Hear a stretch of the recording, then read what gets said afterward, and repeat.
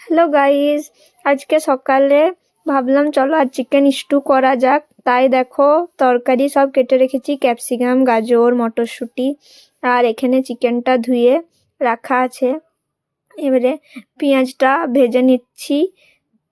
পেঁয়াজটা ভেজে নিয়ে পরে চিকেনটা দেব। পেঁয়াজটা একটু লাল লাল হোক, দিয়ে চিকেনটা দেব। দেখো চিকেনটা দিলাম, চিকেনটা দিয়ে একটু ভাজা হোক, চিকেনটা একটু ভাজা হয়ে যাক, একটু কাঁচা ইয়েটা যাক, তারপরে সব তরকারি পাতিগুলো দেব।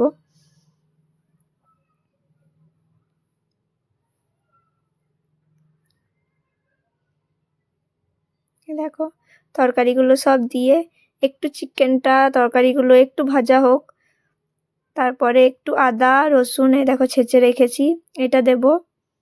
আর একটু মশলা দেব, জিরা গুঁড়ি, ধনা গুঁড়ি, একটু হলুদ দিইনি, তাই একটু কাশ্মীরি লাল মির্চটা দিয়েছি রঙের জন্য। না হলে কেমন ফ্যাকাশে ফ্যাকাশে লাগবে, যেহেতু চিকেন স্টু, তাও আমি একটু কাশ্মীরি লাল মির্চ দিয়েছি। এই দেখো কালারটা খুব সুন্দর হয়েছে। লাস্টে একটু গরম মশলা, ঘি আর লঙ্কা দিচ্ছি, এই দেখো চেরা লঙ্কা, খুব সুন্দর লাগছে।